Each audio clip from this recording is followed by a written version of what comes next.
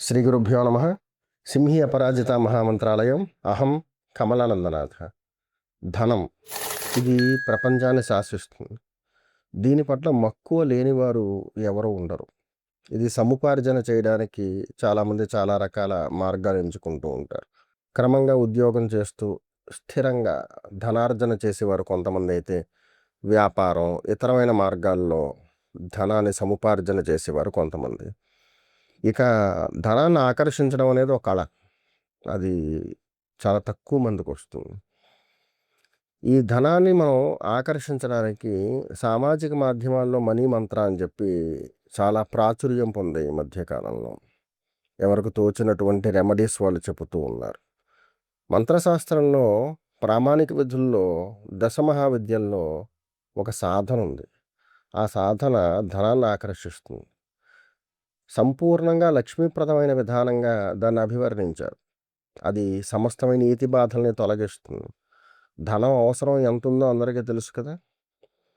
అలా ఒక వ్యక్తి జీవితానికి తనని తను ఉద్ధరించుకుంటూ, కుటుంబాన్ని సన్మార్గంలో తీసుకెళ్ళడానికి కావలసిన ఆర్థిక పటుత్వానంతటిని కూడా ఓ మంత్రం అందించగలుగుతుంది. అది మహాలక్ష్మి మంత్రమే. కాకపోతే దశ మహావిద్యల్లో ఆ మంత్రాన్ని కమలాత్మిక అని అభివర్ణించారు. కమలాత్మిక సాక్షాత్ లక్ష్మీ స్వరూపం. ఇక ఒక వ్యక్తికి జీవితంలో కలిగేటువంటి ఈతి బాధలు ఏవైతే ఉంటాయో, ఆర్థికపరమైన ఇబ్బందులు ఏవైతే ఉంటాయో వాటన్నిటినీ కూడా ఈ సాధన అధిగమించగలుగుతుంది. మంత్రశాస్త్రంలో ఉభయాచారాల్లో కమలాత్మిక సాధన ఉంది. కొందరు ఈ మంత్రాన్ని వారి వ్యక్తిగతంగా ఆర్థికపరమైన పటుత్వాన్ని వృద్ధి చేసుకోవడంతో పాటుగా జనాకర్షణకు ఉపయోగిస్తారు. కమలాత్మిక అనేది ప్రయోగ విద్య కాదు. దశమహావిద్యల్లో ఉన్నప్పటికీ కూడా అందులో చెప్పబడిన ప్రతి విద్య ప్రయోగానికి సహకరించవు. కొన్ని కొన్ని విద్యలు మాత్రమే సహకరిస్తాయి. ఇక కమలాత్మిక మంత్రానికి సంబంధించిన ప్రయోగ విధి ఏమిటో తెలుసునా? అంటే ప్రయోగ విధి కాదు అని ఇందాక చెప్పాను కదా!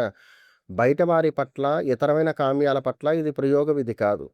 ఒక వ్యక్తి తనని తను ఉద్ధరించుకోవడానికి ఈ మంత్రాన్ని తన పటుత్వం మీద ప్రయోగం చేసుకుంటాడు. అది ఆర్థిక వృద్ధిని కలగజేస్తుంది.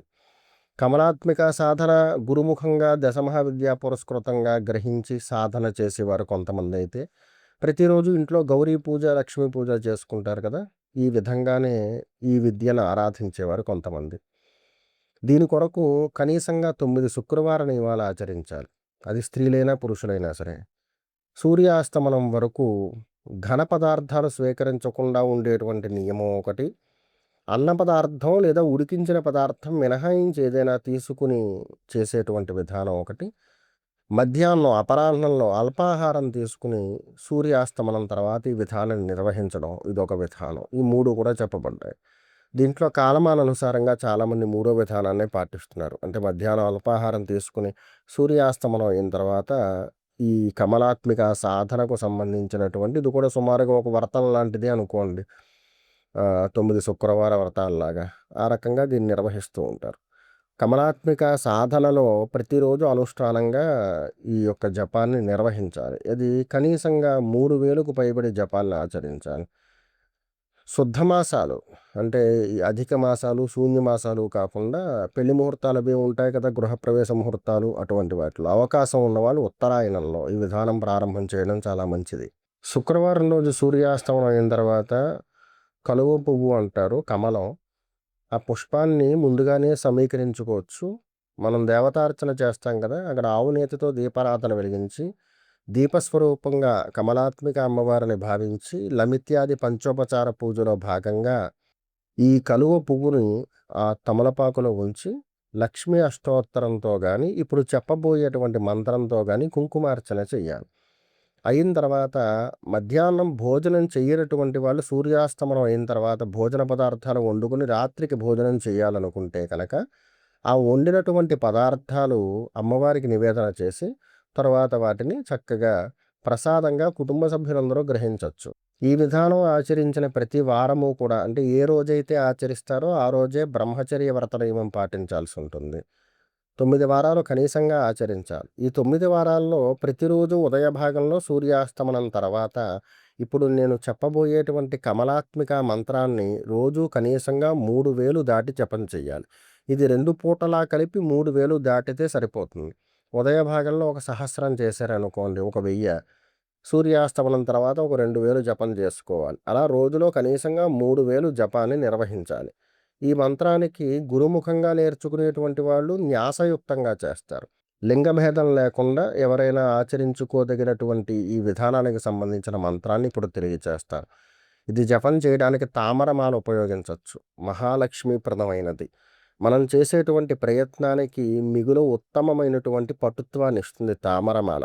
లక్ష్మీప్రదమైన ఏ విద్యని మనం సాధన చేయాలనుకున్నా, ప్రేరణ చేయాలనుకున్నా ఖచ్చితంగా తామరమాలతోటే చేయాలి. పూజా సమయంలో అంటే ఈ పూజ గావించే సమయంలో లేదా జపవిధి నిర్వర్తించే సమయంలో వస్త్ర ప్రాధాన్యం ఇచ్చేటువంటి వారు పసుపు లేదా తెలుపు వస్త్రాలు ధరించవచ్చు. స్త్రీలలో చాలామంది తెలుపు రంగు వర్ణాన్ని ధరించి పూజ చేయడానికి పెద్దగా మక్కువ చూపించరు. లక్ష్మీప్రదమైనటువంటి విధి కాబట్టి పసుపు రంగు వస్త్రాలు ధరించి జప నిర్వర్తన చేయొచ్చు. ఇక రోజు సాధారణంగా ఒక మడి బట్ట కట్టుకుని జప విధానం నిర్వహించుకుని శుక్రవారం రోజున ఈ విధానం చేసినప్పుడు మాత్రమే ఈ వస్త్ర నియమం ఆపాదించుకుంటాను అనేవారు కూడా ఉన్నారు.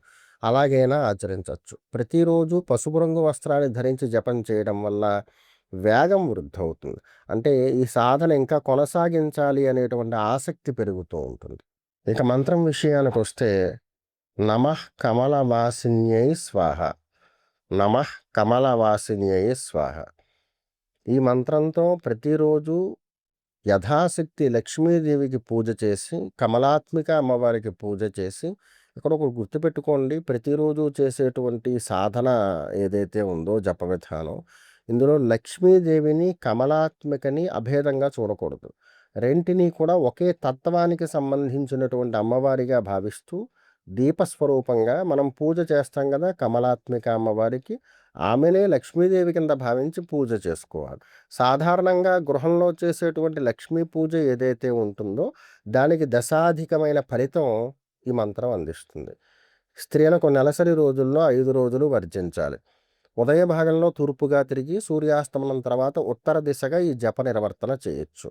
సూర్యాస్తమనం అయిన తర్వాత ఉత్తర దిశగా కూర్చునేందుకు మన దేవుడు గదులు సహకరించకపోతే తూర్పుగా తిరిగైనా చేసుకోవచ్చు. ఇది మంగళప్రదమైన విధి కాబట్టి ఈ విధి ఆచరించేటువంటి రోజుల్లో సాత్విక భోజనం చేయడం చాలా ఉత్తమం. ఈ మార్గాన్ని అనుసరించి కమలాత్మికాదేవి యొక్క జపసాధన ప్రతిరోజు కనీసంగా 3000 దాటి నిర్వర్తించినట్లయితే ధనాకర్షణం కలుగుతుంది, ఆర్థికమైన పటుత్వం కలుగుతుంది. అలాగే మనం సముపార్జన చేసినటువంటి ధనం దుర్వినియోగం కాకుండా ఏదైనా స్థిరాస్తిని వృద్ధిపరచుకోవడానికి సహకరిస్తుంది. సర్వే జనా సుఖినో భవంతు. సింహీ అపరాజిత మహామంత్రాలయం. అహం కమలానందనాథ.